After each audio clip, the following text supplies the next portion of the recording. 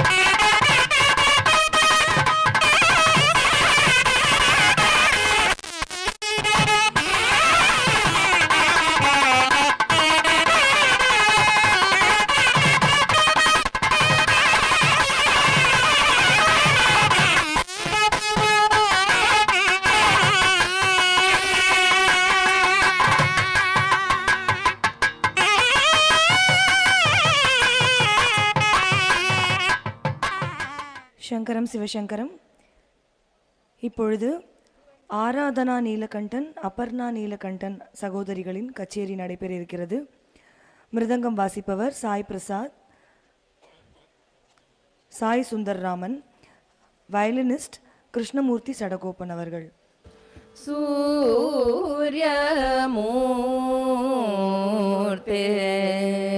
நமோஸ்துதே சுந்தர ಛಾಯಾಧಿಪತೆ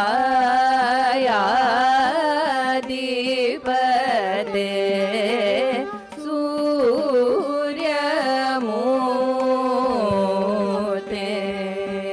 ನಮೋಸ್ತುತೇ ಸುಂದರ ಛಾಯಾಧಿಪತೆ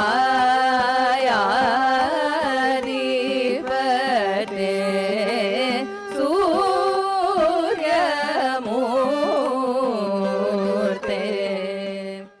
இன்பமே என்னாலும் துன்பம் இல்லை. எப்பயும் சந்தோஷம்தான், எந்த நாளிலையும் கஷ்டம் இல்லைன்னு அர்த்தம். இது எப்போ வரும்? நாமார்க்கும் குடியெல்லோம் நமனை அஞ்சோம். தாமார்க்கும் குடியல்லா தன்மையான சங்கரந்தன் கோமார்க்கே மீளா அடிமையானோம். சிவனுக்கு மேலே யாருமே இல்லை. அந்த சிவன் சங்கரன் இருக்கான் இல்லையா, அவனுக்கு நாங்கள்லாம் ஃப்ரெண்ட்ஸ் இல்லை, ஸ்லேவ்ஸ்.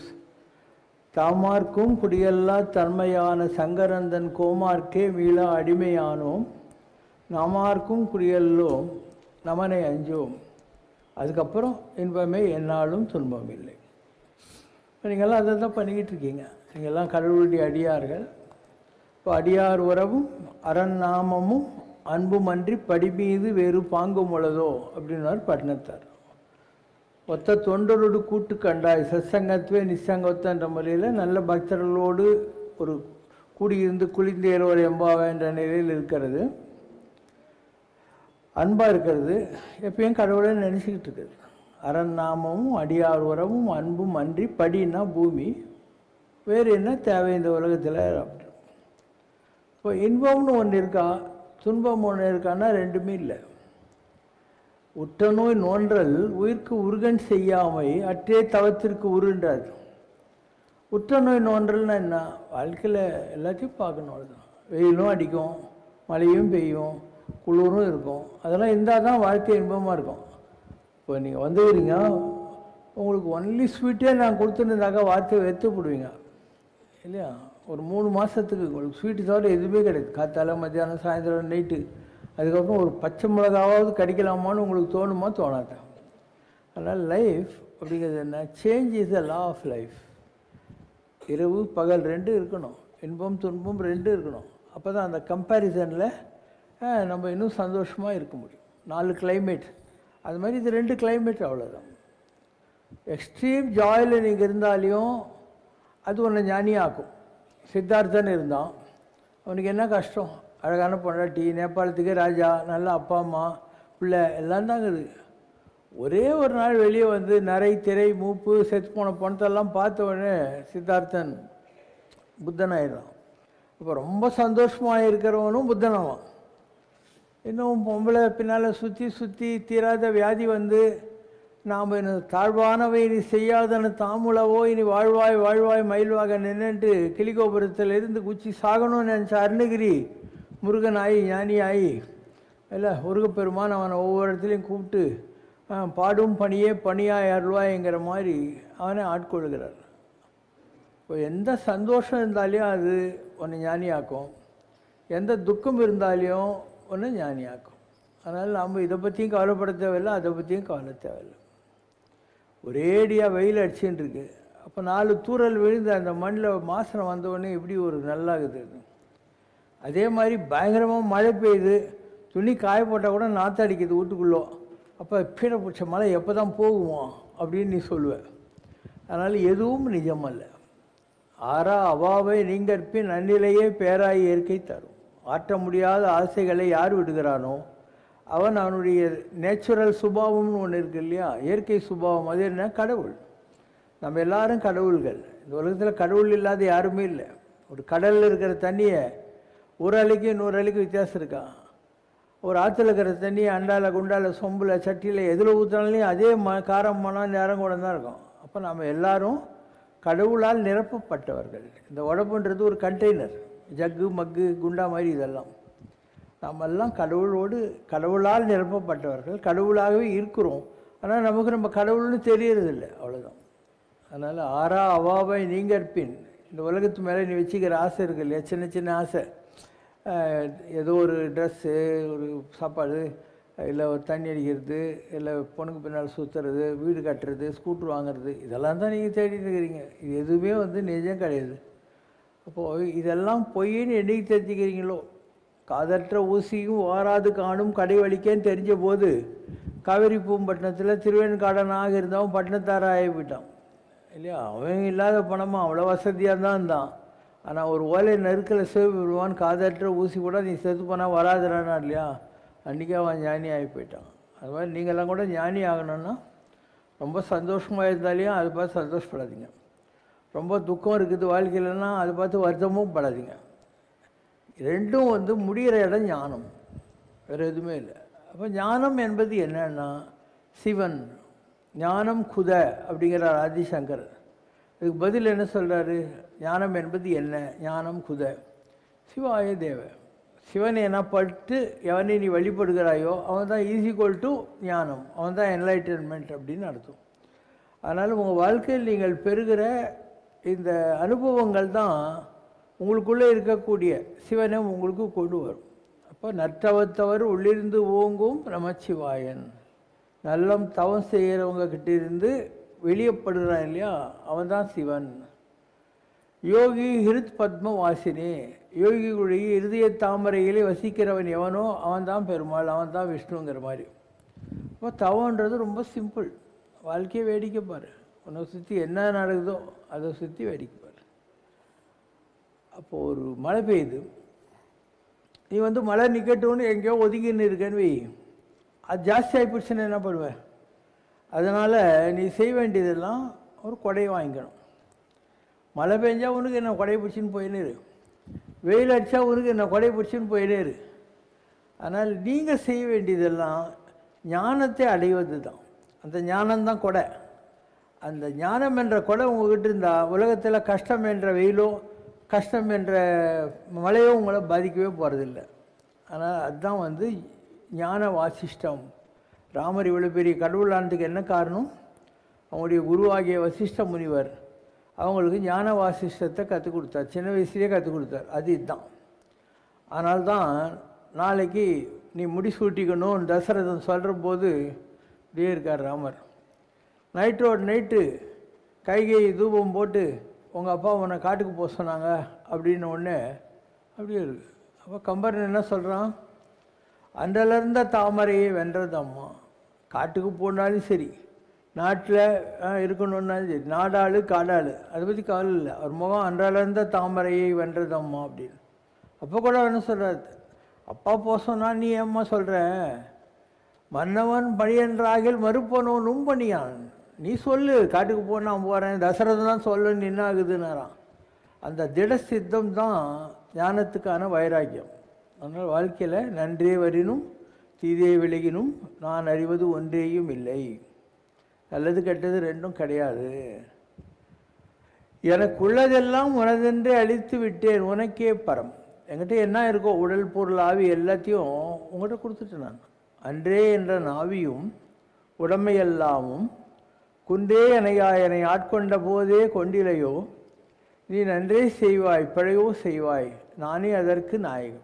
என் உடல் பொருள் ஆவி எல்லாத்தையும் பகவானே உங்கள்கிட்ட நான் என்னைக்கோ ஒப்படைச்சிட்டேன். நல்லது நடந்தால் என்ன, கெட்டது என்னென்னா உனக்கு தானே நஷ்டம், ஏன்னா நானே உன்னுடையவன்.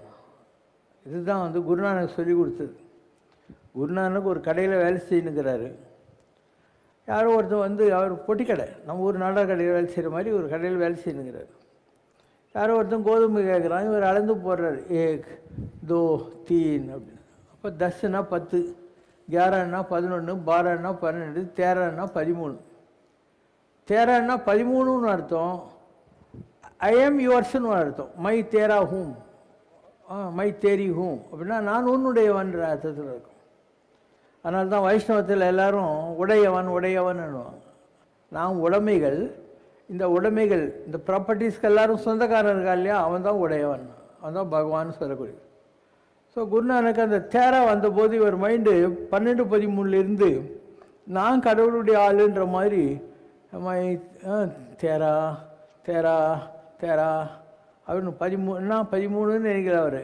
நான் உன்னுடையவன் கோதுமையை போட்டுனேக்கிறாரு. கடை முதலாளி வர்றான், என்னடா நடக்குது, ஒரே கோதுமை குவிஞ்சு கிடக்குது அப்படின்னு பார்த்தா பொட்டி கடையில் இருக்கிற குருநானக்கு தலையை சுற்றி ஒளி வட்டம். அவன் காலில் விழுந்து கும்பிட்டு, இவ்வளோ பெரிய ஞானியாப்பா நீ என்கிட்ட இருந்தது, எனக்கு இவ்வளோ நாளாக தெரியாமல் போச்சு அப்படின்னாரு. இதுதான் குருநானக்குரிய வாழ்க்கை. அதனால் எண்ணங்கள் தான் வாழ்க்கை.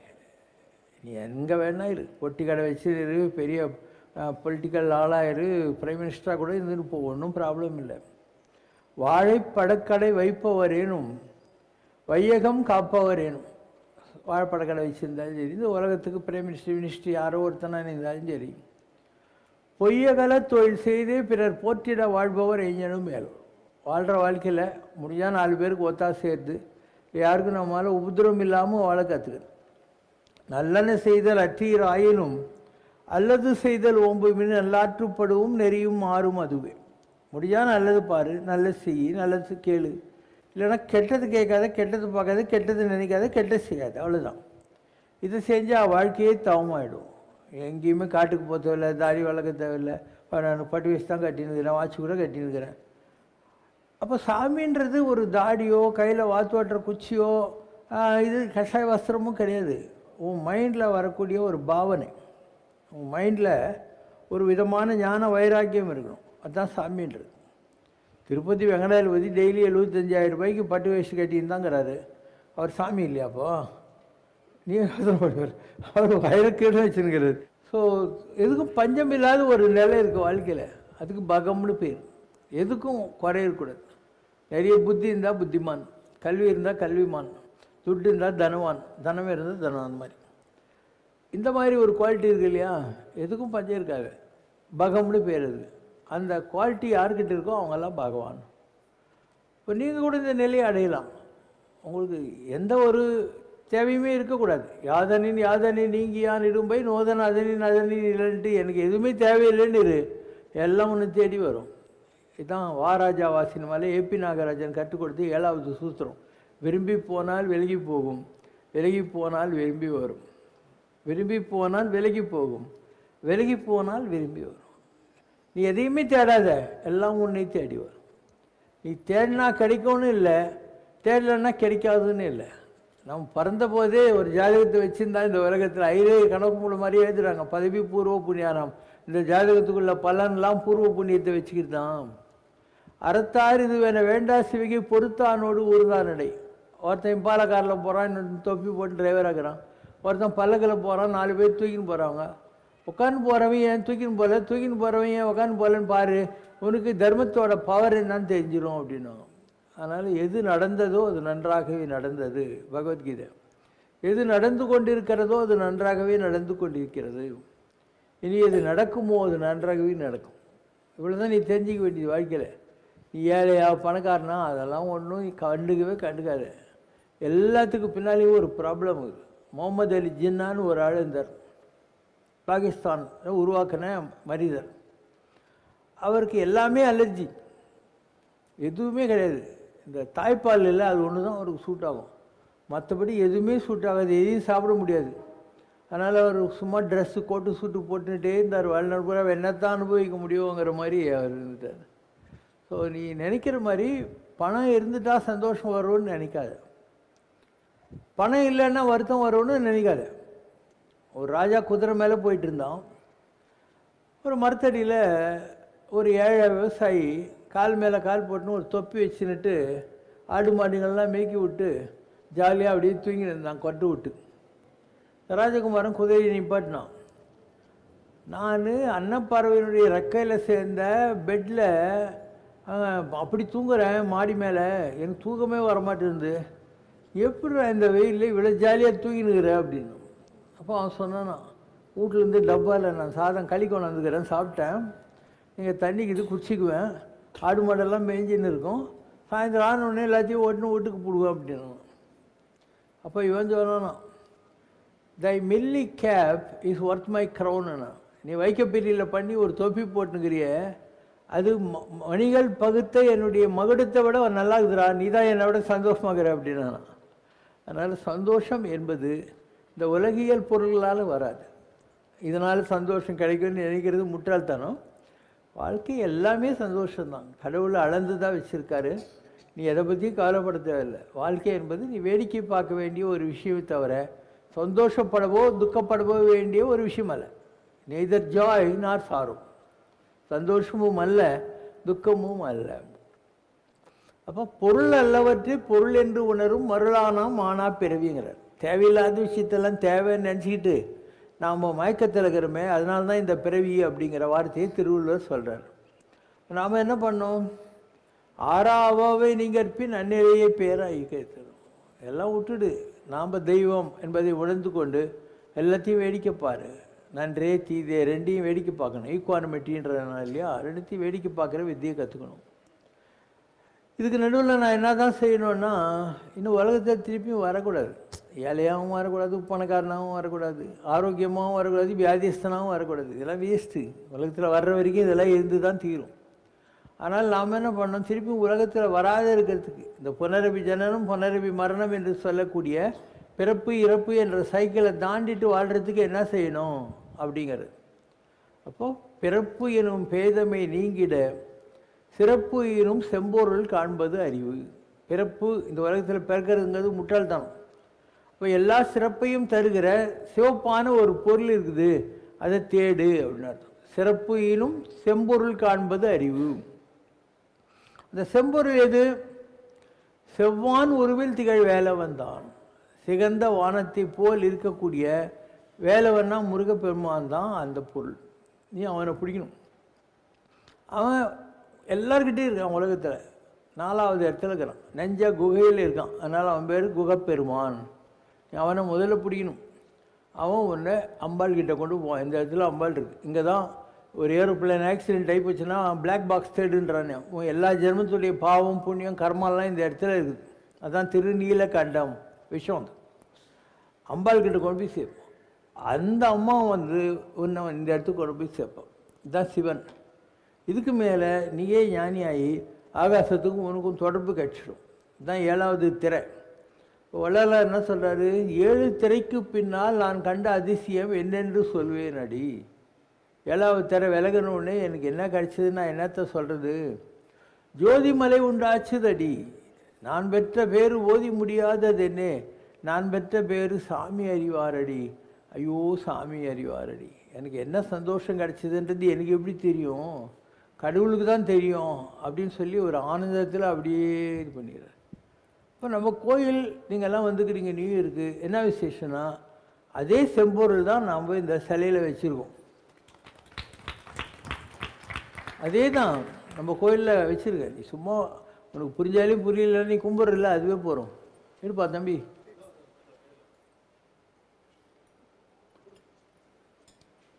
நம்ம சாமியில் அதுதான் வச்சுருக்கோம். அதனால தான் இந்த இடம் இவ்வளோ ப்ராஸ்பரஸாக இருக்கும். நல்லா காத்தோட்டமாக ஜாலியாக எல்லாருக்கும் ஒரே ட்ரீட்மெண்ட் கொடுக்குற மாரியெல்லாம் இருக்கும். இதுதான் நம்ம கோயில் பெருமாள். இதுதான் பெருமாள். அவர் பக்கத்தில் சிவப்பாக ஒரு ரவுண்டுக்கு தான் சிவப்பு. இதுதான் செம்பொருள். அதனால் நீ கரெக்டான இடத்துக்கு வந்துக்கிற. பிறப்பு எனும் பேதமை நீங்கும், சிறப்பெல்லாம் கிடைக்கும். நீ ஒன்றுமே பண்ண தேவையில்லை. சும்மா வந்தியா கரு லட்டு சாப்பிடு, பொங்கல் சட்னி வடை சாப்பிடு, பழம் சாப்பிடு, பாட்டு கேளு, போயினே இரு சாமி கும்பிட்டுட்டு. இந்த இடத்துல அதை தான் நம்ம சேர்த்து வச்சுருக்கோம். இந்த பெருமாளுடைய முகத்திலேயே அவர் தாங்கிறார். இந்த பேர்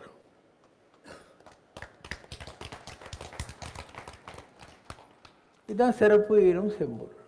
இதுக்கு மேலே ஒன்றும் இல்லை. நீ சும்மா இருக்கும் இடத்தை விட்டு இல்லாத இடம் தேடி ஒருவரி. இருக்கும் இடத்தை விட்டு இல்லாத இடம் தேடி எங்கெங்கோ அலைகின்றார் ஞான தங்கமே. அவர் ஏதும் அறியாரடி ஞான தங்கமே. ஓகே. அப்போ இருக்கும் இடம் இது என்ன, அதனால் இருக்கும் இடத்தை விட்டு எங்கேயோ ஓடி என்ன தான் செய்வார். நிறைய பேருக்கு இதெல்லாம் புரியுறதே இல்லை. அவங்க நினச்சின்னுக்குறாங்க, அந்த கோயிலுக்கு போனோம், இந்த கோயிலுக்கு போனோம், மரத்தடியில் ஒரு சாமி இருக்கும், கல் ஒருத்தல் நட்டுக்கும், எல்லாத்தையும் போய் பார்த்துக்கினே இருப்பாங்க. அதெல்லாம் தேரவே தேராது. ஒரு இடத்துல ஓட்டை போடு, அங்கே கொஞ்சம் உரத்தை போடு, தண்ணியை ஊற்று, ஒரு செடியை நடு, அதை சுற்றி வேலி போட்டு வரம்போடு, ஆடு மாடெல்லாம் தின்னாமல் பார்த்துக்கோ, செடி ஜம்முன்னு வரும். அதை விட்டு ஒரு இடத்துல ஓட்டா, ஒரு இடத்துல உரம், ஒரு இடத்துல தண்ணி, ஒரு இடத்துல இது செடி முளைக்கவே முளைக்காது. நிஜம் நான் சொல்கிறது இல்லை. வேறவர் யூ சீடட், எங்கே விதைச்சியோ wherever you seeded, you have to manure it, உரம் போடு, அங்கேயே போடு. You have to tend it, mend it, then the blossom will come. ஒன்று தான், ஏகன் அநேகன், தெய்வம் உண்டு என்று இரு, அது ஒன்று என்று இரு. இதை தவிர நீ தெரிஞ்சுக்கிட்ட ஆன்மீகத்தில் ஒன்றுமே இல்லை. எல்லா சாமியும் ஒன்றே தான். ஒரு நாமம் ஓர் உருவம் இல்லாருக்கு, 1000 திருநாமம் பாடினாம் தெல்லையிடம் கொட்டாம். கடவுளுக்கு எதுவுமே இல்லை. ஏதவன் ஊர், ஏதவன் பேர், யார் உற்றார், யார் அயலார், ஒன்றுமே பண்ணுறதில்ல. உனக்கு ஃபேமிலி டாக்டர்னு ஒருத்தர் இருப்பார். ரொம்ப வருஷமாக நீ தான் அவர்கிட்ட ட்ரீட்மெண்ட்டுக்கு போயின்னுக்கிற. உனக்கு ஒரு வேளை நாளைக்கு வேறு ஏதாவது ஆப்ரேஷன் பண்ணோம், ஒரு எக்ஸ்ட்ரா ட்ரீட்மெண்ட் வேணும்னா அவருக்கு வேண்டி இன்னொரு ஸ்பெஷலிஸ்ட் டாக்டர்கிட்ட எனக்கு ரொம்ப வேண்டிய பேஷண்ட்டுங்கன்னுவார். அவருக்கு நேரம் இருந்தால் அவரே கூட வந்து உனக்கு ஆப்ரேஷன் நடக்கிற போது பக்கத்தில் நின்று இருப்பார். அது மாதிரி ஒரு டாக்டர் போகிறோம் உனக்கு, ஒரு ஃபேமிலி டாக்டர் மாதிரி ஒரு ஃபேமிலி கார்டு இல்லை ஒரு பர்சனல் கார்டு வச்சுக்கோ. சும்மா இங்கேயும் அங்கேயும் அலைஞ்சின்னே இருக்க தேவையில்லை. இது ஆன்மீகத்தில் நீங்கள் தெரிந்து கொள்ள வேண்டிய விஷயம். எனக்கு எல்லா மகான்களையும் தெரியும், அண்ட் எல்லா கடவுள்களையும் நான் கும்பிட்டுருக்கேன், காட்டி கூட இருக்கு. இந்த மாதிரி எல்லா கடவுளையும் நான் பார்க்குறது தான் இதெல்லாம் நான் பார்க்குற கடவுள் தான் காட்டியிருக்கிறேன். அண்டு இவ்வளோ பண்ணால் கூட நான் ஆரம்பத்துலேருந்து ஒரு முருகனை தான் படிச்சிருந்தேன். எனக்கு எல்லா கடவுளையும் தெரியும், நானே பெருமாள் ஆகிட்டேன். ஆனால் ஆரம்பத்துலேருந்து நான் வெறும் முருகனை தான். நான் ராமகிருஷ்ணா மிஷன் பெருநாயக்கம்பாளையத்தில் படிக்கிறதுலேருந்து ஒரே கடவுளை தான் படிச்சுக்கிட்டே உட்காந்தேன். எவ்வளோ பெரிய மகான்கள். சேலம் ஸ்கந்தாசிரமத்தில் ஒரு சாமி விஸ்வாமித்திரராக இருந்தவர், சாந்தானந்த சாமின்னு சொல்லிட்டு, இங்கே கீழ்கட்டையில் கோயில், புதுக்கோட்டையில் கோயில், சேந்தமங்கலத்து கோயில் எல்லாம் கட்டி வச்சுருக்காரு. அவர் சொன்னார், உங்களுக்கு மகாராணியே அனுகிரகம் பண்ணுற நிலையில் நீங்கள் இருக்கே, எதுக்காக இந்த சேனாதிபதியை கட்டிட்டு அழுகுறேன் அப்படின்னாரு. தேவசேனாதிபதி முருகன். அதனால் மகாராணின்னா பராசக்தி, பராசக்தியே உங்களுக்கு அனுகிரகம் பண்ணுற நிலையில் நீங்கள் இருக்கீங்க, அதை விட்டு ஏன் இந்த சேனாதிபதியை பிடிச்சிருக்கீங்கன்னு என்ன கேட்டார் அவர். நான் விடவே இல்லை, முருகனை பிடிச்சிருந்தேன். அந்த நம்பிக்கை, நம்ம நம்பிக்கை இருக்கு இல்லையா, கடவுளுக்கு பேர் என்ன, நம்பி.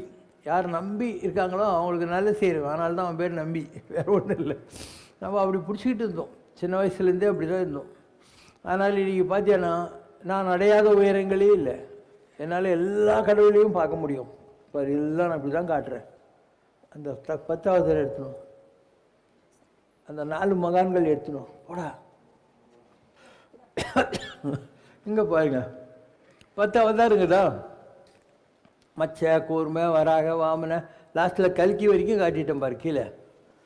அப்போ 10 அவதாரத்தையும் நானே காட்டினுக்கிறேன். நீ எதுக்கு 9 இடத்துல போய் அழிஞ்சிடும் உட்காந்துனுக்கிறேன்? 10 அவதாரத்தையும் ஒரே இடத்துல காட்டுறேன் நான். இருந்தோம் பார்த்துக்க, டவுட் இருந்தாக்கா. அதே மாதிரி அந்த மகான் இந்த மகான்னு சொல்லி அழிஞ்சினுக்கிறேன். இந்த பார் எல்லா மகானையும் நானே காட்டுறேன் பார். ராகவேந்தர், சிரிடி பாபா, எல்லா சாமியாரும் இங்கேயே காட்டுறேன் பார். நீ எதுக்கு 9 இடத்துக்கு போய் தண்ட செலவு பண்ணி பஸ் சார்ஜுக்கு செலவு பண்ணின்னு உட்காந்துக்கிறேன் இல்லையா? வச்சிருக்கிறோமா இல்லையா? இங்கோ இதுதான் பிள்ளையார். தேங்காய் கொடுமையோட ஒரு ஆள் ஓம், ஒரு ஓம் வயிற்றில் ஒரு ஓம் உட்காந்துருக்கார் இல்லையா? இவர் தான் பிள்ளையார். இப்படி தான் இருப்பார் பிள்ளையார். அதனால தான் நீங்கள் உங்கள் வீட்டில் தேவஸ்தானெலாம் பண்ணுற புண்ணியாஜனம் பண்ண தேங்காய் வைக்கிறீங்க இல்லையா? அதுக்காக தான். அவர் ஃபேஸே தேங்காய் தான். இது முருகர். முருகர் இப்படி தான் இருப்பார், மயில் மேலே ஓம். இதுதான் முருகர். இதுதான் கைலாசத்தில் இருக்கிற சிவன் பார்வதி. தலையில் பெற இந்த சிவன் நிற்கிறாரு. இது கையில் கிளி, கரும்பு வில்லு, அம்பாள், முருகன் பாம்பு, நாகசுப்பிரமணியன். இது கைலாசத்தில் இருக்கிற நந்தி பகவான். இது வள்ளி, இது தேவியான, இது கைலாசத்தில் இருக்கிற மணி, கண்டாபரணர். கைலாசத்துக்கே காட்டின்னு உட்காந்துக்கிறாரு. நான் 11 தடவை கைலாசத்தை பார்த்துருக்கிறேன். இன்னும் சொல்லப்போனால் நான் கைலாசத்துலேருந்து வந்தால்தான். கைலாசத்தில் சிவன் கூட சுந்தரமூர்த்தி நாயனார் இருந்து நான் பூமிக்கு வந்தாள். அப்போ கைலாசன்றது இதுதான். இதுதான் சிதம்பர ரகசியம். மேலே திருசூலம், அது கூட யானை தும்பிக்க. இதுதான் சக்தி சகிட கணபதி. கீழே பாரு, வராக நரசிம்மர். இது அங்கே ஒரு ஓம். இதுதான் வராகர் நரசிம்மர் ரெண்டும் சேர்ந்தது. இது பூமி, இந்த ஆகாசம். ஸோ ஆகாசத்தையும் தொடாமல் பூமியும் தொடாமல் ஒரு ஆள் நிற்கிறார் பாருங்க. அவருக்கு 3 நாமந்தான் இருக்கும், மூஞ்சி கிடையாது. அதுதான் கோவிந்தராஜன். அதனால தான் ஐயங்காரங்களாம் இப்படி போட்டுக்கிறது. அதுதான் கடவுள். இது வலது கை, இது இடது கை, இது இடது பாதம். இடது பாதம், இடது கை, வலது கை, 3 நாமம். அப்போ நடராஜனும் கோவிந்தராஜனும் ஒரே ஆளுன்றத உலகத்திலே முதல் தடவை சொன்னது நான் தான். அப்போ ஆகாசத்தில் இருக்கிறது சக்தி சகிட கணபதி. அதான் பிடிப்பார் ஓம். திருசூலம், திருசூலத்தில் தும்பிக்கை, யானை தும்பிக்கை. இங்கே பூமியில் வராக நரசிம்மர். விசாகப்பட்டினத்துக்கு போகிற இல்லையா, அங்கே இருக்கிறது அதுதான். இப்போ பூமிக்கும் ஆகாசத்துக்கு நடுவில் பூமியும் தொடாக ஆசையும் தொடாமல் இருக்கிற கோவிந்தராஜன் நடராஜன் இருக்கார் இல்லையா, ஒரே ஆள். இது வரைக்கும் உலகத்தில் எவனுமே காட்டினதில்லை. நான் தான் முதல்ல காட்டினேன். இவங்க எல்லாம் மகான்கள். மேலே இருக்கிறது அகஸ்தியர், அது கீழே ஷிரடி சாய்பாபா, அது கீழே காஞ்சி பரமாச்சாரியார் 2 இடத்துல இருப்பார். இங்கே யோகி ராம் சரத்குமார், இது சேஷாதிரி சாமிகள், இதுக்கு பின்னால் கோடி மகான். இவ்வளோ மகான்களையும் காட்டிட்டேன். ஓ, அப்போ என்னத்தை நம்ம காட்டல? எல்லா மகான்களையும் நம்ம இங்கேயே காட்டுறோம். எல்லா கடவுளுடைய வடிவங்களையும் ஒரே இடத்துல காட்டிடுறோம். 10 அவதாரங்களையும் இங்கேயே காட்டிடுறோம் இல்லையா? இதுக்கு மேலே உனக்கு நான் என்னத்தை தான் டெமோ கொடுக்கறது தெரியாது சொல்லி பார்க்கலாம். எல்லாம் பண்ணிவிட்டுறோம். நம்ம மக்களுக்கு புரியறதில்ல. அந்த நாய் இருக்குது இல்லையா, அது ஒரு தேங்காவை சாப்பிட தெரியாது. அதுக்கு சும்மா உருட்டிக்கினே இருக்கும் இல்லை, நாய் பெற்ற தெங்கம்பழம்னுவாங்க. அந்த மாதிரி ஊட்டின்னு தான் இருக்கும். அதுக்கு அதை சாப்பிட தெரியாது. யானைக்குது இல்லையா, அது ஒரு விளாம்பழத்தை கொடுத்தேனாக்கா வெளியே விளாம்பழம் வந்து விழும், ஆனால் உள்ளக்கிறத அது உறிஞ்சிருக்கும் ஏற்கனவே. அந்த மாதிரி ஒரு பக்தனுங்கிறவன் விளாம்பழம் மாதிரி இருக்கணும். அப்படியே ஞானத்தை உள்ளே பிடிங்கணும். கேட்சுக்கு யாரே இல்லை, அப்படி பிடிக்கணும். அது ஒரு சும்மா உருட்டின்னு உட்காந்து தான் என்ன ஆகுது. அங்கே போய் நீங்கள் போய் அந்த சாமியார் பார்த்து இந்த சாமியார் பார்த்து அங்கே தகடி, இங்கே மோதிரம், இங்கே ஜோசியம், எதுவுமே தேவையில்லை. ஒழுங்காக நம்பணும். நீ வேறு ஒன்றுமே பண்ண தேவையில்லை. அண்டு என்னை நம்புறதுல உனக்கு நஷ்டமே இல்லையே. நான் உங்கள்கிட்ட எதுவுமே கேட்க மாட்டேன். எங்கேயானா போனேன்னா தேருக்கு, பல்லக்குக்கு, அபிஷேகத்துக்கு, ஆராதனைக்கு, எல்லாத்துக்கும் டிக்கெட்டா? தரிசனத்துக்கு டிக்கெட்டுக்குதா? இங்கே டெய்லி தேர், டெய்லி பல்லக்கு. சாமி யார் வேணால் கும்பிடலாம். நீ எனக்கு எதுவுமே கொடுக்க தேவையில்லை. இல்லாததே கிடையாது. எனக்கு பண்ணுறதுக்கு கூட ஒன்றுமே இல்லை. இவ்வளவும் பண்ணியிருக்கோம். எப்படி பண்ணுறோம்? எப்பயாவது நான் நோட்டீஸ் அடிச்சிருக்கேனா? நான் காளியாத்தா கோயிலில் கூழ் ஊற்று போகிறேன், 5 ரூபா கொடுன்னு உங்கள்கிட்ட கேட்டிருக்கேன்னா? எல்லாம் எதுவுமே யாருக்கிட்டையும் கேட்கறது இல்லை. ஆனால் எப்படி இவ்வளவையும் பண்ணினே இருக்கும். சரி, இன்றைக்கி இந்த ஆசிரமம் எத்தனை பிரச்சனைகளை தாண்டி உக்காண்ட்ருக்குது.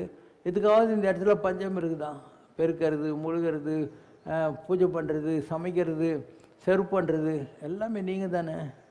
இங்கே ஒரு ஆள் கூட சம்பளத்துக்கு கிடையாது. ஓ, எவ்வளோ உருப்படியாக உங்களெல்லாம் ஒரு அப்பராவும் சுந்தரமூர்த்தி நாயனாரும் மாற்றி வச்சுக்கிறேன். இதுதான் அவங்க பண்ணாங்க. அவங்களும் தான் செஞ்சாங்க. அதை தான் நீங்களும் பண்ணிக்கிட்டு இருக்கிறீங்க. எது தேவையோ எல்லாத்தையும் நான் ரெடியாக வச்சுன்னு உட்காந்துருக்கேன். எதுக்குமே பஞ்சமே கிடையாது. Man power, money power, infrastructure, intention, investment எல்லாம் வச்சுருக்கோம். இல்லை எத்தனை ஐ சொன்ன பாரு. இன்வெஸ்ட்மெண்ட், இன்ஃப்ராஸ்ட்ரக்சர், இன்டென்ஷன் எல்லாம் வச்சுருக்கோம். இதெல்லாம் ஐ இல்லை. இதுக்கெல்லாம் மேலே இன்னொன்றுக்குது. அது என்ன? தேர்ட் ஐ, 3வது கண். சிவனுடைய 3வது கண். அதை கூட நான் வச்சுருக்கிறேன். இந்த ஐயெல்லாம் கட்டும். இந்த ஐ இருக்கணும் இல்லை? எத்தனை சாமியார்கிட்ட இந்த 3வது கண்ணு இருக்கும்? நீயே சொல்லி பார்க்கலாம். I have all the eyes. At the same time, I had the third eye also. இந்த பார், என் நெத்தி பார். என் நெத்தியில் ஒரு நீல ஜோதி இருக்குதா? நெத்தியில் இந்த இடத்துல நீல ஜோதி இருக்கான். அதுதான் அந்த 3வது கண். இதை தான் நீல வண்ண கண்ணா வாடா, நீ ஒரு முத்தம் தாடான்றது. ஓகே பாரு, நான் இங்கே தான் உட்காந்துக்கிறேன். இந்த இடத்துலேருந்து எனக்கு ஆகாசம் வரைக்கும் ஒரு ஒயிட் பீம் ஆஃப் லைட் போகும். இதுதான் 7வது திரை. நம்ம இங்கே தான் உட்காந்துருக்கோம், அங்கேருந்து நமக்கு மெசேஜ் வரும். நமக்கு ஏதாவது டவுட் வந்தால் அவங்கள கேட்டுக்கலாம். எவ்வளோ பெரிய நிலை இதெல்லாம். நல்லா யோசனை பண்ணு, மக்களுக்கு புரியணும். அதனால் நம்ம சொல்லாதது ஒன்றும் இல்லை. எல்லாத்துக்கும் கான்க்ரீட்டாக ஒரு இன்ஃப்ராஸ்ட்ரக்சரையும் கிரியேட் பண்ணிட்டோம், எல்லாம் பண்ணிட்டோம். எல்லா கடவுளையும் நம்ம உடம்புலேருந்து காட்டிட்டோம். என் கையில் எல்லாமே இருக்குதுன்னு காட்டிட்டேன். என் கையில் முருகனுடைய மெயில், வேலு, 10 அவதாரத்துக்கு உள்ளது, சங்கு சக்கரம், முருகனுடைய வேலு, அம்பாளுடைய திருசூலம். இது கம்மி, இப்போ அதுக்கு மேலே வந்துச்சு. இது அந்த காலத்து இது அந்த காலம் வசந்தான் கோக்கா. இது முதல்ல. இப்போ எங்கேயோ போயிடுச்சு கையில். இப்போ முருகரே நிற்கிறார் இந்த இடத்துல. இந்த இடத்துல அப்படியே முருகர் நிற்கிறார். என்னதான் இந்த ஜனங்களுக்கு புரிய வைக்கணும்னு எனக்கு புரியல. இல்லை, ஒளியில் காட்டிட்டோம், இன்ஃப்ராஸ்ட்ரக்சரில் காட்டிட்டோம், யார்கிட்டையும் எந்த தயவும் இல்லாமல் இவ்வளோ பெரிய அமைப்பை நடத்த முடியும்னு காட்டிட்டோம். இவ்வளோ பேர் சின்ன குழந்தையிலேருந்து எல்லா ஏஜ் குரூப்லேயும் இருக்கிற எல்லாரையும் ஒன்றா கொண்டாந்துருக்கோம். டவுனில் இருக்கிறவங்களையும் கொண்டாந்துருக்கோம், கிராமங்களில் இருக்கிறவங்களையும் கொண்டாந்துருக்குறோம். இல்லையா? எல்லாம் பண்ணி காமிச்சிட்டோம். அதனால் ஜஸ்ட்டு இதை எல்லோரும் அக்செப்ட் பண்ணுற ஒரு காலம் வரணும், அவ்வளோதான். அது கடவுள் நினைக்கிற போது நடந்துடும், கூடி சீக்கிரம் நடந்துடும். அதனால் இந்த இடத்துல எல்லாமே இருக்குன்றது உனக்கு நான் விஞ்ஞானபூர்வமாக ப்ரூவ் பண்ணிக்கிட்டே இருக்கிறேன். அண்டு ஒரு மழை இருக்குது, அந்த மழை பெய்யுது, அதுக்கு நீ எதனா பில்லு கட்டினியா? நீங்கள்லாம் உட்காந்துக்கிறீங்க, உங்கள் மூக்குக்குள்ளே காற்று போயின்னு வந்துக்குது, நீ உனக்கு எதாவது பில்லு வந்துச்சா? உனக்கு இவ்வளோ ஆக்சிஜன் விட்டு இவ்வளோ கார்பன் டை ஆக்சைடு வெளியே எடுத்தேன்னு ஏதாவது வருதா? ஆற்றுல தண்ணி ஓடுது, நீ அள்ளி குழி விவசாயத்துக்கு பயன்படுத்திக்கோ. வருஷம் உனக்கு நல்லதாக யூஸ் பண்ண தெரியலன்னா பம்மு கூட கழிக்கோ. ஆறு ஓடிந்தாங்க. அப்போ தனக்காக சோழ நதி பாய்வதில்லை, தனக்காக மென்காற்று வீசவில்லை. நல்லா யோசனை. காற்று அதுக்காகவா வீசிக்குது? உனக்காக தான் வீசுது. காவேரி அதுக்காகவா ஓடுது? உனக்காக தான் ஓடுது. மேகம் அதுக்காகவா பெய்யுது? உனக்காக பெய்யுது. அந்த மாதிரி யாராவது உலகத்தில் இருப்பாங்க, அவங்க தான் மகான்கள். எதுவுமே தேவையில்லைங்கிற நிலையில் யாராவது இருந்தால் அவங்க தான் மகான்கள். அவன் உங்கள்கிட்ட உண்டி வச்சுன்னு வசூல் பண்ணின்னு கட்டணம் கொடுத்து காணிக்க கொடுன்னு தொப்பை போட்டுன்னு உட்காந்துருந்தான்னா அவன் பிச்சைக்காரன். இதுவே ஜனங்களுக்கு தெரியல. இதுவே ஜனங்களுக்கு தெரியல. உங்கள்கிட்ட ஏதாவது கேட்குறவன் பிச்சைக்காரன், அவன் உனக்கு கொடுக்கணும். அந்த நிலையில் நம்முடைய இந்த ராமராஜ்யம் இருக்கிறது. இங்கே எதுக்குமே பஞ்சம் கிடையாது. எல்லா சாமிக்கும் கோயில், எல்லா சாமிக்கும் எல்லா வசதியும். இது போக பிற்காலத்தில் மற்றவங்களுக்கு கன்ஃபியூஷன் வரக்கூடாதுன்னு ஒரு சர்ச்சு, ஒரு மசூதி, ஒரு புத்தர் கோயில், ஜெயின் கோயில் எல்லாத்தையும் வேறு கட்டி விட்டுக்கிட்டு இருக்கிறோம் நம்ம. அதனால் நீ எந்த சாமி வேணாலும் கும்பிட்டுக்கோ, எல்லா சாமியும் ஒன்று தான். வாழ்க்கையில் ஒரு ப்ராக்டிக்கல் ஞானம்ன்றது, ப்ராக்டிக்கல் நாளன்றது நான் சொல்கிறது தான். அது ஏதோ ஒரு சாமியார்கிட்ட போனோம், எல்லா கஷ்டமும் தீர்ந்து போடும், நாளையிலேருந்து நமக்கு மூக்கில் சளி வராது, தும்மல் வராதெல்லாம் நினைக்காத. இதெல்லாம் உடம்பு சம்மந்தப்பட்ட விஷயம். உடம்புனா தும்மல் வரும், ஒன்றுக்கு போவே, ரெண்டுக்கு போகும், இதெல்லாம் ஒரு சப்ப மேட்ரு. ஞானந்தான் வாழ்க்கை. என்ன, அந்த ஞானத்தை தேடுறதுக்கு தான் இந்த அமைப்பை நாம் உருவாக்கணும். இதெல்லாம் சின்ன விஷயம், மற்றதெல்லாம் ரொம்ப சின்ன விஷயம். ஞானந்தான் பெரிய விஷயம். அப்போ ஞானந்தான் சிவன். இப்போ நம்மெல்லாம் சிவன் ஆகிறதுக்கான முயற்சி தான் இந்த ஆன்மீகம் என்பது. ஈஸ்வர சர்வபூதானம். அதனால் நீங்கள் அதை தேடணும். இதுதான் வள்ளலார் சொல்கிறது. எல்லா உயிரும் என் உயிராயின, எல்லா உலகும் என் வசம் ஆயின. நான் தான் உங்கள்கிட்டுக்கிறேன், நீ தான் எங்கிட்டுக்கிற. இந்த உலகம் பூரா நமக்கு தான் சொந்தம். ஏன்னா எல்லாம் கடந்த என்னம்பல தீசர் எல்லாம் கடந்தும் என்னுள் இருந்தார். உலகத்தை பூராவும் ஈஸ்வர சர்வபூதானம் தான். ஆனால் அவன் எல்லா இடத்துலையும் இருக்கிற மாதிரி எல்லாத்தையும் கடந்து நமக்குள்ளேயும் இருக்கான். நம்மக்கிட்ட மாத்திரம் இல்லை, இயற்பு முதலாகிய ஜீவராசிகள்கிட்டே இருக்கான். இதுதான் அல்டிமேட்டாக நீ தெரிந்து கொள்ள வேண்டிய ஆன்மீகம். மற்றபடி இந்த கோயில் குளம் அது இது சோத்திரம் புக்கு இதிலெல்லாம் ஒன்றும் இல்லை. கான்சன்ட்ரேஷன் பண்ணாமல் சும்மா கடப்படான்னு சொல்லி 4 பேர் நம்மளை பார்க்குறாங்களான்னு நினைச்சாக இதில் என்ன ஞானம் வரப்போகுது. நிறைய பேர் அப்படி தான் பண்ணுவோம். ஆஃபீஸுக்கு போகிற அவசரத்தில் ஏதோ பூஜையும் பண்ணணும், அதனால் கதிரை முட்டு முடிக்கல் இதிலெல்லாம் இதுதான் வரப்போகுது. இல்லை, ஒரு நிமிஷம், அரை நிமிஷ நேரமேனும் சரண கமலாலயத்தை தவமுறை தியானம் வைக்க அறியாத கசடன் மூடன் மட்டிங்கிறார். இப்படி கண்ணம் மூணாக முருகனுடைய 2 பாதம் நெஞ்சில் நிற்கணும், இல்லை வேல் நிற்கணும். அதுதான் ஞானம் என்பது. அது விட்டு இந்த புக்கு படிக்கிறது. ஆதிசங்கர் காசியில் போய் நிற்கிறாரு, அங்கே அவங்கெல்லாம் கிராமர் படிச்சுன்னு உட்காந்துக்கிறாங்க. அதுக்கு பேர் டுக்குருங்காரனே.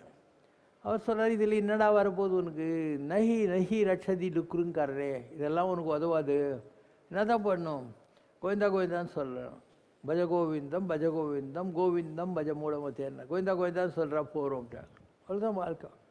அந்த கோவிந்தா சொல்கிறதுக்கு போது நீ இந்த வெக்கம்லாம் ஒன்றும் இதான் நிறைய பேருக்கு வர்றதில்லை. அதாவது ஒரு பாட்டு பாடுறாங்கன்னா கூட பாடுங்கன்னா பாட மாட்டாங்க ஜனங்கள்லாம் இல்லையா. அந்த காலத்தில் எல்லாம் பாடுவாங்க பஜன்லாம். இப்போல்லாம் ஜனங்க அப்படி இல்லை. கேட்டால் நான் உள்ளுக்குள்ளே பாடினுங்கிறேன்னு நிறைய பேர் அப்படிதான். என்கிட்ட ஒரு பையன் தான், நாங்கள்லாம் அந்த காலத்தில் காசிக்க எல்லாம் ட்ரெயினில் போயின்னுப்போம். அப்போ அவங்ககிட்ட சொல்லுவாங்க, ஏய் பல்லு விளக்கடா டிஃபன் வந்துருக்குது அப்படின்னும். நான் மனசுக்குள்ளேயே பண்ணிட்டேன்னா, அது என்ன பாபா சொல்கிறாரில்ல மனசுக்குள்ளேயே பண்ணணும்னு சொல்லிட்டு நான் மனசுக்குள்ளேயே பண்ணேன்.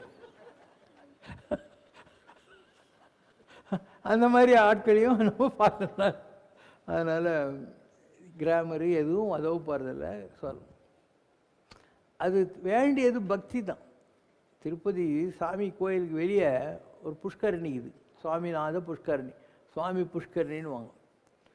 ஒரு ஆந்திரா மொட்டை அந்த புஷ்கரணியில் முழுகுது. முழுகிற போது கோஹிந்தா கோஹிந்தா அப்படின்னு பக்கத்தில் ஒரு நாமம் ஐயங்கார் சொல்லுது, சொல்லணும்னு நினைக்குது. கோஹிந்தா இல்லைடா கோவிந்தா, கோஹி இல்லை கோவி. அதனால் கோவிந்தா சொல்லக்கூடாது, கோவிந்தா சொல்லணும்னு நல்லா நினைக்கிறாரு. அதுக்குள்ளே மொட்டை தண்ணியிலேருந்து வெளியே வருது. பெருமாளே போன வருஷம் இந்த கும்பிட்டு போனேன், சூப்பராக வச்சுருக்கிறேன், இந்த வருஷம் அப்படியே வெயின்னாராம். உடனே நம்ம நாமும் பயந்துக்குச்சு. அவன் எப்படி சொன்னான், மயில் கூட சொல்கிறாடேப்பா, மயில் கூட சொல்லுது பாரு, எப்படி சொன்னா என்ன, அவன் நல்லா தானே இருக்கிறான் அப்படின்னு சொல்லிட்டு ஒரு. அதனால் ஒரு கண்ணப்ப நாயனாருக்கு கிடைக்கிற கடவுள் ரொம்ப ஆச்சாரசீலராக தன்னை நினைத்து கொண்டிருக்கிற சிவாச்சாரியாருக்கு கிடைக்கலன்றது தான் நம்முடைய சமய ஆன்மீகம் இல்லையா. ஒரு ஆள் மரத்தை சுற்றின்னு தான் சுற்றுற போது விஷ்ணு சஹஸ்ரநாமத்தில் பத்மநாபா அமரப்பிரபோன்னு வரும். அமரர்கள்லாம் தேவர்கள், அவங்களுக்கெல்லாம் தலைவனே பத்மநாபா அப்படின்னு அர்த்தம். அவனுக்கு சொல்ல வரல, அதனால் மரத்தை சுற்றி பத்மநாபா மரப்பிரபோ பத்மநாபா மரப்பிரபோ அப்படின்னா. ஒரு ஆள் பக்கத்தில் இருந்தார், படவா அப்படிலாம் சொல்லக்கூடாது, அப்படிலாம் சொல்லக்கூடாது, அமரப்பிரபு என் கரெக்டாக சொல்லு, அமரப்பிரபு அப்படின்னார். அவன் 4 நாள் பார்த்தான், அவன் வாயில் வரல, மரம் சுற்றி விட்டான். பெருமாள் அந்த பெரிய பண்டிதர் இல்லை, அவர் பலான்னு ஒரு அடி அடித்தார். இவ்வளோ பெரிய உலகத்தில் யாரோ ஒருத்தன் மரத்தை சுற்றின்னு இருந்தான், அதையும் கெடுத்தியாடா பாவி. உலகத்தில் இருக்கிற எந்த மரம், எந்த பறவை, எந்த விலங்கு இல்லை எது நான் இல்லை, அவன் மரங்களுக்கு தலைவர் நான் சொல்லி போட்டு உனக்கு என்ன நஷ்டம், அவனையும் கழுத்தியாப்பா அப்படின்னார். அதனால் ஞானம் என்பது உனக்கு என்ன தோணுதோ அதை பண்ணுறது தான். ஒரு குழந்தைக்குது, அந்த குழந்தைக்கு யாராவது அம்மாவுக்கு இந்த இடத்துல மாறுக்குது, அதில் பால் வரும், இப்படி தான் வாய் வச்சு குடிக்கணும்னு கற்றுக் கொடுத்தாங்களாம். அது பாடி 3 நாள் அம்மா அவுட்டு, அதனால் மடியாக இருக்கணும், நீ போகாத கிட்டன்னு சொன்னாக்கா குழந்தை கேட்கவா போகுது. அது மாதிரி உனக்கு எப்படி தோணுதோ அப்படின்னு சாமி கும்பிடலாம். இதுக்கு ரூல்ஸு இதெல்லாம் பார்த்தேனாக்கா உருப்படுறவனும் உருப்படாமல் போடுவான். அதாவது உனக்கு எது புரியுதோ அதுதான் கன்வீனியன்ஸ், அந்த வழியில் நீ கடவுளை கும்பிடலாம். இல்லை இந்த வம்பே வேணான்னா காலையிலேருந்து ராத்திரி வரைக்கும் எல்லா நேரத்துலையும் கடவுளையும் நினச்சிக்கோ. காலையில் போய் பல் விளக்குற, குளிக்கிற, கடவுளை உனக்கு தான் அபிஷேகம்னு சொல்லிக்கோ. 2 இட்லி சாப்பிட போகிற, இதுதான் உனக்கு நெய்வேத்தியம்னு சொல்லிட்டு நீயே சாப்பிடு. ட்ரெஸ்ஸு பண்ணுற, இதுதான் உனக்கு அலங்காரம்னு நினச்சி நல்லா தலையை வாரு. இந்த பையன் வராமல் இருந்தான், நான் சொல்லி தான் இப்போ வர்றேன் கொஞ்ச நேரம். அனிருத் தலை வராமல் இருந்தானா இப்போ பாரு நல்லா தலை வரான். ரோட்டில் போகிற போது ஒரு பிச்சைக்காரனை பார்த்தீங்கன்னா, நான் கும்பிட்ற முருகர் பிச்சைக்கார வேஷம் காட்டின்னுக்கிறாரு, அவனுக்கு ஒரு பர பிஸ்கட் டீ வாங்கி கொடு. ஆஃபீஸுக்கு போகிறியா, எதிரில் ஒருத்தன் டை கட்டின்னு வந்துக்கிறான், நைஸ்ட்டு மீட்டி விட்டு அவனை பார்த்தா முருகர் இந்த வேஷம் கட்டிட்டு வந்துக்கிறாரு, நான் ஒழுங்காக வியாபாரம் பண்ணேன், ஃப்ராட் பண்ணக்கூடாதுன்னு நினச்சிக்கோ. உன் பிள்ளைய பார்த்தா முருகன் நினச்சிக்கோ. பொண்டாட்டி பார்த்தா உங்கள் இது அம்மாவை பார்த்தா இதுதான் பார்வதின்னு நினச்சிக்கோ. உங்கள் அப்பாவை பார்த்தா இதுதான் சிவபெருமான்னு நினச்சிக்கோ. கடவுளோட குடும்பமே நடத்து. காலையிலேருந்து ராத்திரி வரைக்கும் இது தனியாக போய் பூஜை ரூமில் உட்காந்து மணி அடிச்சுன்னு உட்காந்து இருப்பேன். அதனால் வாழ்க்கை என்பது ரொம்ப சுலபம். உனக்கு எப்படி தோணுதோ உன்னுடைய சிற்றறிவுக்கு எட்டிய வரையில் நீ கும்பிட்டா போகிறோம். கடவுளை கும்பிட்றதுக்கு நிறைய பேருக்கு வெக்கங்குது. அதெல்லாம் வெக்கப்பட தேவையில்லை இல்லையா? இப்போ வந்து எவ்வளோ பேர் கோயில்கள்லாம் போகிறாங்க, இப்போ சபரிமலைக்கெல்லாம் போகிறீங்க. சபரிமலைக்கு போகிறவங்க வெக்கத்தை விட்டு கூச்ச நாச்சத்தெல்லாம் விட்டு எப்படி கத்துறாங்க. ஒரு ஆடு காணாமல் போச்சுனாக்கா அந்த மேய்ப்பன் கத்துவான் இல்லையா, அந்த மாரி கத்துவாங்களா இல்லையா? சுவாமியே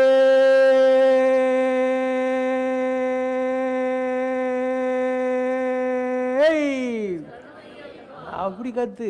அவன் பார்க்குறான் இவன் பார்க்குறான் உரிக்கண்ணா, அவன் சுடுகாட்டில் இருப்பான், நீ ஐப்பம் கூட இருப்ப.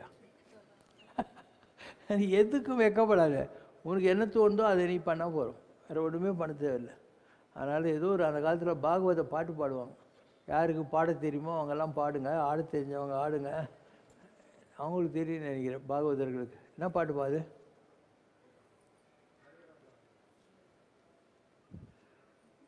பாட தெரிஞ்சவங்க பாடுங்க, ஆட தெரிஞ்சவங்க ஆடுங்க. ஓகே, ஒரு பாகவதர் பாடுறாரு. அதனால் வாழ்க்கை ரொம்ப ஈஸி. எதுவுமே நீ கண்டுக்காது. புது வருஷத்தில் நீ பயப்படுற இல்லையா, அதுதான் உன்னோட பிரச்சனையே. நீ வந்து தைரியமாக குச்சியானா 20 அடி குதிப்ப.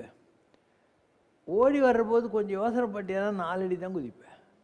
அந்த மாதிரி எந்த ஒரு டெசிஷனும் போல்டாக எடுக்கணும். இப்படி அப்படி அறகுறையாலாம் எடுக்கக்கூடாது. தெய்வம் நமக்கு துணை, ஒரு தீங்கு வர மாட்டாது. கடவுள் துணை இருப்பார். யாருக்கு துணை இருப்பார்? யாராவது உருப்படணும்னு நினைக்கிறவன், இந்த உலகத்தை இல்லை தன் குடும்பத்தையாவது உருப்பட வைக்கணும்னு நினைக்கிறவன் இருக்கா இல்லையா, அவனுக்கு துணை நிற்பார். நீ தண்ணி அடிக்கிறதுக்கு போன பின்னால் சொத்தத்துக்கு உனக்கு துட்டு கொடுத்து உன்னை இன்னும் கீழே தள்ளுறதுக்காக கடவுள் இருக்கிறாரு, உன்னை உருப்பட வைக்கிறதுக்கு இருக்கிறார் இல்லையா? அதனால் நீ உருப்பிட்டியானா உன்னை விட சந்தோஷப்பட போகிறது கடவுள் தான். பைபிளில் ஒரு அப்பனுக்கு 2 பசங்க இருப்பாங்க. ஒரு மகன் சண்டை போட்டு சொத்தெல்லாம் வாங்கி போடுவான், எல்லாத்தையும் அழிச்சிட்டான். இன்னொரு மகன் அப்பன் கூடயே உருப்படியாக இருந்தான். இந்த ஓடிப்போன பையன் எல்லாத்தையும் விட்டுட்டு வரப்போகிறான்னு தெரிஞ்ச உடனே வேலைக்காரனை கூப்பிட்டு அப்பங்காரன் சொல்லலாம், டே ஓடிப்போன என் பையன் வந்துருக்கிறான்டா, நம்ம இருக்கிறதுலே பெஸ்ட் ஆடு வெட்டுறான், அவனுக்கு இன்றைக்கி வந்து நேரம் விருந்து வைக்கணும். கூட இந்த பையன் கேட்டானா, நான் இவ்வளோ நாளாக உருப்படியாக இருந்தேன், ஒரு நாள் இப்படி வெட்டினே எனக்கு அப்படின்னு. அப்போ அவர் சொன்னாராம், ஒரு ஆட்டு மந்தையில் நல்லாகிற ஆட்டை வந்து குச்சி வச்சுட்டுருன்னுவான், இந்த கால்களுக்கு உடஞ்சிக்கிற ஆட்டை தான் இப்படி தூக்கினே போவான். அந்த மாதிரி யார் உருப்படாதுக்கிறாங்களோ அந்த பிள்ளைங்களை பற்றி தான் கடவுளுக்கு ஜாஸ்தி கரிசனம். உருப்பிட்டுட்ட சிரடி பாபா, வின்சங்கர் பாபாவை பற்றி அவனுக்கு என்ன இல்லை? அதனால் என்னை விட கடவுளுக்கு உங்களை தான் பிடிக்கும். என்னெல்லாம் ஏதோ ஒரு வகையில் உருப்பிட்டுட்டோம் இல்லையா? அதனால் நீங்கள் கடவுளை நான் வந்து எவரும் அறியா பதம் தந்தாய், யான் அது அறியாதே கேட்டேன், உண்மையில் ஒன்றும் குறையில்லைன்னு சொன்னமுத்து. எல்லாருக்கும் பண்ணதை விட இருக்கு, நீ எல்லாம் தான் பண்ண, அதை கூட புரிஞ்சிக்க தெரியாமல் நான் தான் உருப்படாமல் இருக்கேன்பா. எவரும் அறியா பதம் தந்தாய், எல்லாரும் கொடுத்ததை விட எனக்கு நல்லது பண்ணேன், உண்மையில் ஒன்றும் குறையில்லை. திருப்பூரூர் முருகன் இருக்கார், அவர்கிட்ட போய் பாடுறாங்க, பிழை செய்தேன், பிழை செய்கிறேன், பிழை செய்குவேன். நான் எப்பயுமே தப்பு தண்டா பண்ணி தான் இருப்பேன், பண்ணிட்டு இருக்கேன், இன்னும் கூட பண்ணுவேன். ஆனால் ஏது பழி செய்தாலும் ஏழை என்பாரில் இங்கே திருவிழை புரியாத தெய்வமே திருப்பூரூர் முருகன். நான் என்னதான் தப்பு பண்ணாலும் எனக்கு நீ கெட்டது பண்ண மாட்டேன் எனக்கு தெரியும் அப்படின்னு சொல்லி பாடுறாங்க. அதனால் கடவுள் என்பது உன்னை நேசிக்கிற, உன்னை நேசிக்கிற ஒரு மற்றவங்க உங்கள் குடும்பத்தில் இருக்கிறவங்களோ யாரோ, நீ நல்லவன் நடந்துட்டால் நல்லபடியாக இருப்பாங்க. நீ வந்து வீட்டில் அவங்கள அடிச்சு கிடிச்சு வீட்டில் இருக்கிறதெல்லாம் கொண்டு போய் ட்ரக்கிலெல்லாம் இருந்தியானா அப்படி இருப்பாங்களா? உன் ஹஸ்பண்டோ மனைவியோ உன்னை நல்லா கவனிச்சிக்கினா நல்லதுன்னு. அவங்களே சீக்காளிலேருந்து நீ தான் அவங்களுக்கு எல்லாம் பண்ணுவோன்னாக்கா அவங்க சொல்லுவாங்களா அந்த மாதிரி? ஸோ உலகம் என்பது ஒரு காரியவாதம், ஒரு சுயநலம் இருக்குது. ஸோ எந்த சுயநலமும் இல்லாமல் எந்த காரியவாதமும் இல்லாமல் உன்னை பெற்ற தாயினும் ஆயினை செய்யும்ன்ற மாதிரி நேசிக்கிற ஒரே ஆள் கடவுள் தான். ஸோ நீ கடவுளை கெட்டியாக பிடிச்சிக்கோ. இந்த உலகத்தில் இருக்கிற எல்லாத்தையும் கடவுள் உங்ககிட்ட ஒப்படைச்சிக்கிறாருன்னு நினச்சிக்கோ. உலகத்துக்கு பூரா நீ என்ன படியாக அழக முடியும்? வீட்டில் இருக்கிற 4 பேரை நீ நல்லா பார்த்துக்கோ, நீ கடவுளுடைய பிரான்ச் மேனேஜர், அவ்வளோதான். அந்த 4 பேருக்கு நீ எல்லாம் செஞ்சு நீ கடவுளுடைய வேலையை தான் செய்கிற. இந்த பாவனையில் நீ உலகத்தில் வாழ்த்து கற்றுக்கிட்டேன்னா வாழ்க்கையே தவம். சமரசனால் ஒரு பாட்டு இருக்கும், வாழ்க்கையே தவம் என்று வரைந்து அளித்த சங்கரா. வாழ்க்கையும் போர் கவிதை என வரைந்தளித்த சங்கரா, வெறும் வார்த்தை கவிதைகளில் உனை வரைய இயன்றிடுமோ? தூக்கிய கால் கவிதை அது துலக்கிய பொருள் கவிதை, உலகை ஆக்கியதோர் கவிதை, தந்தானந்தம் பெரும் கவிதை. வாக்குகள் பல கவிதை, தரும் வரங்களோ அரும் கவிதை, வாழ்த்துக்களும் கவிதை, அதை வழங்கும் விதம் கவிதை. நோக்கிலே ஓர் கவிதை, அதன் நுணுக்கமும் பல கவிதை, எமை காக்கும் அருள் கவிதை, அந்த கருணையே பெரும் கவிதை. ஞானம் தரும் கவிதை, அதன் நயம் படுவுரை கவிதை, ஞானம் புகழ் கவிதை, இந்த ஞாயிற்றின் ஒளி கவிதை. குறை ஒன்றுமில்லை மறைமூர்த்தி கண்ணா, குறை ஒன்றும் இல்லை கண்ணா, குறை ஒன்றுமில்லை கோவிந்தா.